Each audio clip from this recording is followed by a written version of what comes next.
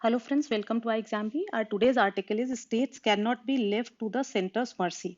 So यहाँ पे बात ये हो रही है बेसिकली राइटर ये कहना चाह रहे हैं कि जो पावर्स हैं सेंटर्स के पास और स्टेट गवर्नमेंट्स के पास जीएसटी के लागू होने की वजह से जो 2017 में जीएसटी आया उसकी वजह से जो स्टेट के फिजिकल पावर्स खत्म हो गए और सारा कुछ अब सेंटर की मर्जी पे है। अगर सेंटर गवर्नमेंट उनको कुछ मुहैया कराती है तब तो उनके पास कुछ है, अदरवाइज उनके पास कुछ भी नहीं है और अब वो रेवेन्यू जनरेट भी नहीं कर सकते सेल्स टैक्स टैक्स वगैरह बढ़ा के।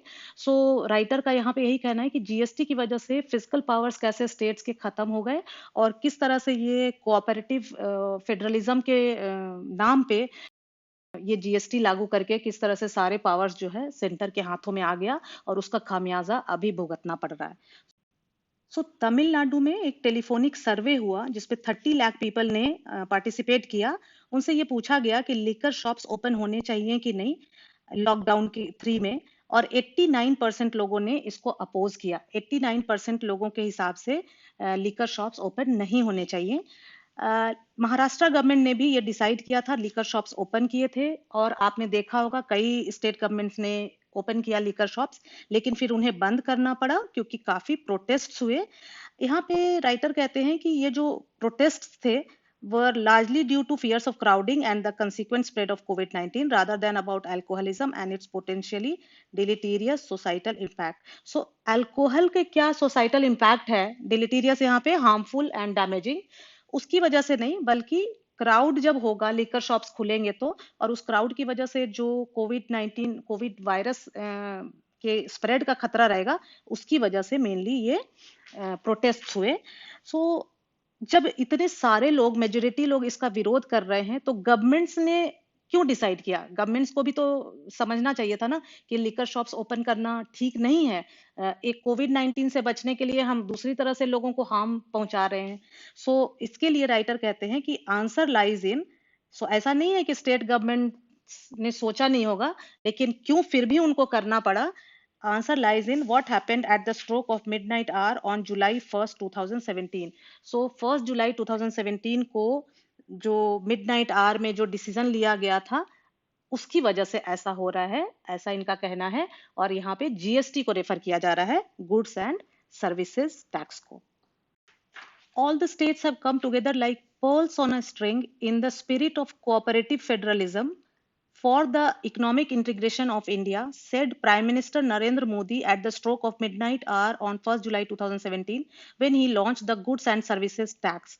So, जब लॉन्च किया गया था जीएसटी तो प्राइम मिनिस्टर ने ये कहा था कि सारे जो स्टेट्स हैं वो एक ही माला के मोती हैं, अलग अलग नहीं है। और उन्होंने कोऑपरेटिव फेडरलिज्म की बात की थी, मतलब इंडिया फेडरल स्टेट है तो यहाँ पे कोई भी समस्या आए उसका हम सब मिल के उसका कॉमन डिसीजन ले, और इसलिए जीएसटी भी टैक्स भी एक होना चाहिए, वन नेशन वन टैक्स होना चाहिए और सब लोग एक दूसरे को कोऑपरेट करे, सारे स्टेट्स आपस में और सेंट्रल गवर्नमेंट को, और एक साथ एक टैक्स कलेक्ट किया जाए और जब भी कोई समस्या आए एक साथ मिलके इसको फेस किया जाए। सो यहाँ पे इसके नाम पे ये डिसीजन हुआ था, ये बात कही गई थी उस समय, इकोनॉमिक इंटीग्रेशन की बात कही गई थी और कोऑपरेटिव फेडरलिज्म की बात कही गई थी। What was not mentioned was that the states on that pearl string were now stuck to the center's neck forever. GST forced the states to surrender their power to raise resources independently through local state taxes and place them entirely at the mercy of the state.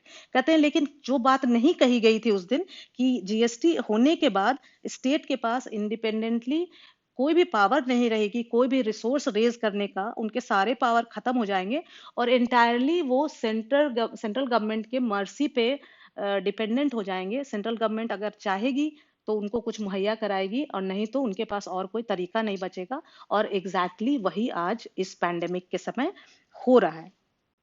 कहते हैं कि GST के पहले states free थे sales tax charge करने के लिए as legislated by their state legislatures. If a state had a natural disaster और कभी natural disasters आता था तो they could raise additional resources for rehabilitation by raising sales tax rates on goods and services.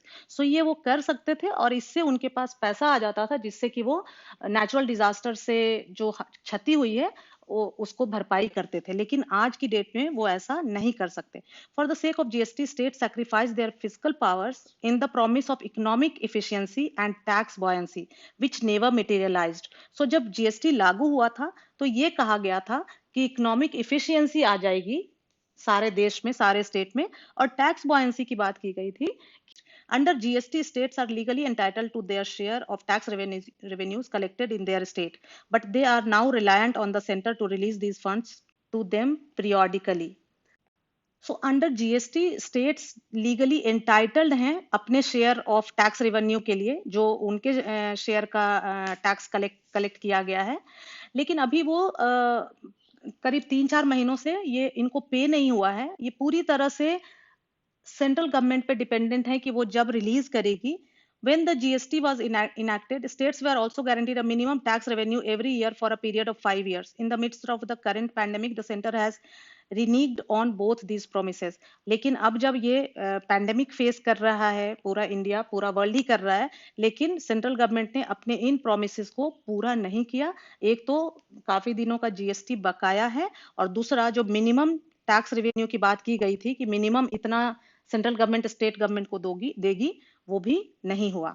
This is a triple blow for the states, not being paid what they are owed, not being helped with additional resources, and bearing the brunt of the pandemic's impact. So कहते हैं कि 3 तरह से मार पड़ी है states को।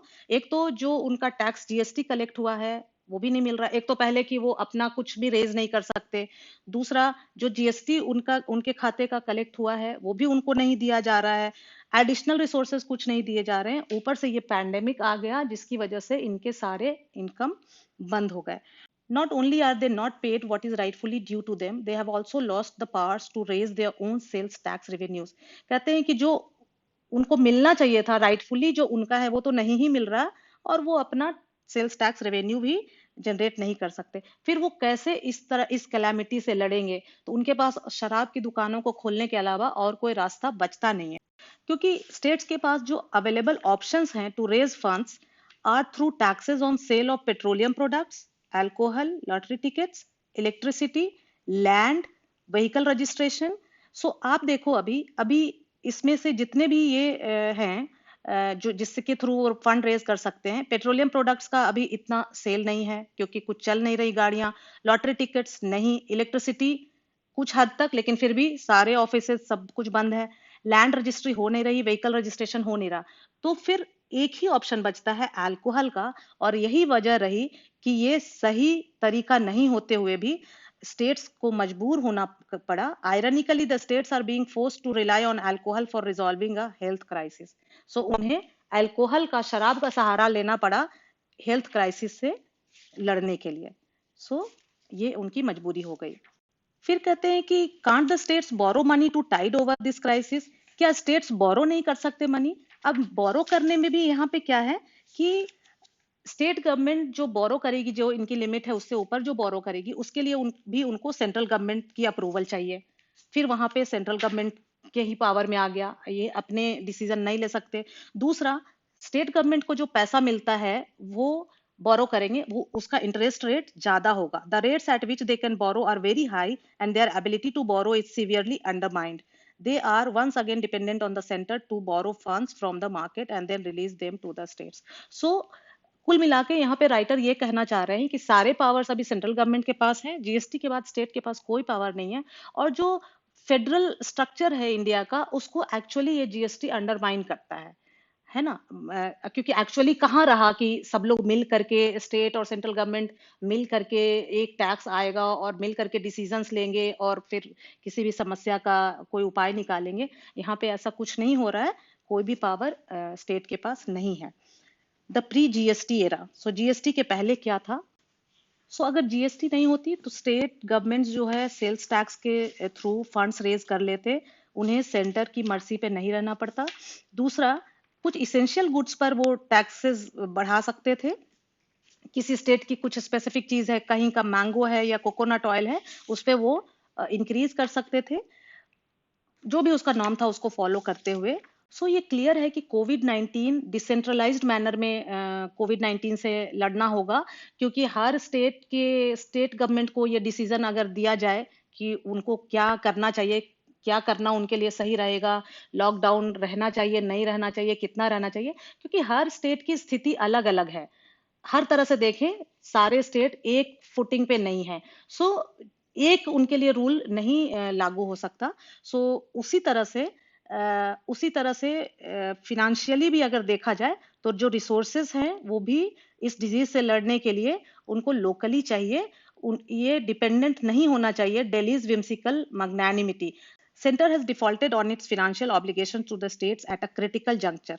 Former Finance Minister Arun Jaitley's catchphrase "cooperative federalism" has proved to be neither cooperative nor federalist in times of this crisis. So कहते हैं कि इस क्राइसिस के समय में पता चल रहा है कि सेंटर ने डिफॉल्ट किया है, और जो फिनेंस मिनिस्टर ने कहा था कोऑपरेटिव फेडरलिज्म की बात, तो ना तो ये कोऑपरेटिव है और ना ही फेडरलिस्ट है। इस टाइम ऑफ क्राइसिस में ये पता चल रहा है। The idea of one nation one tax is deeply flawed in an economically and politically divergent India. क्योंकि इकोनॉमिकली और पॉलिटिकली दोनों तरह से देखा जाए तो डाइवर्जेंट है, एक जैसे स्थिति नहीं है हर स्टेट्स में। राइटर कहते हैं, जैसा कि मैंने पहले से भी कहा है, ruling parties and alliances in states can change every 5 years. The efficient functioning of a GST regime cannot be beholden to political party affiliations at the center and the states. कहते हैं कि सेंट्रल गवर्नमेंट और state government तो हर 5 साल पे बदल जाती है, but GST regime cannot be beholden to political party affiliations at the center at the states. मतलब उसके ऊपर ये नहीं होना चाहिए कि सेंट्रल में किस पार्टी की सरकार है, स्टेट में किस पार्टी की सरकार है, तो उस हिसाब से उनका कोऑपरेशन है कि नहीं है। Democratically elected state governments cannot be expected to govern with no fiscal powers. 5 states account for half of all GST collections in the country. It is time these bigger states challenge the very idea of GST.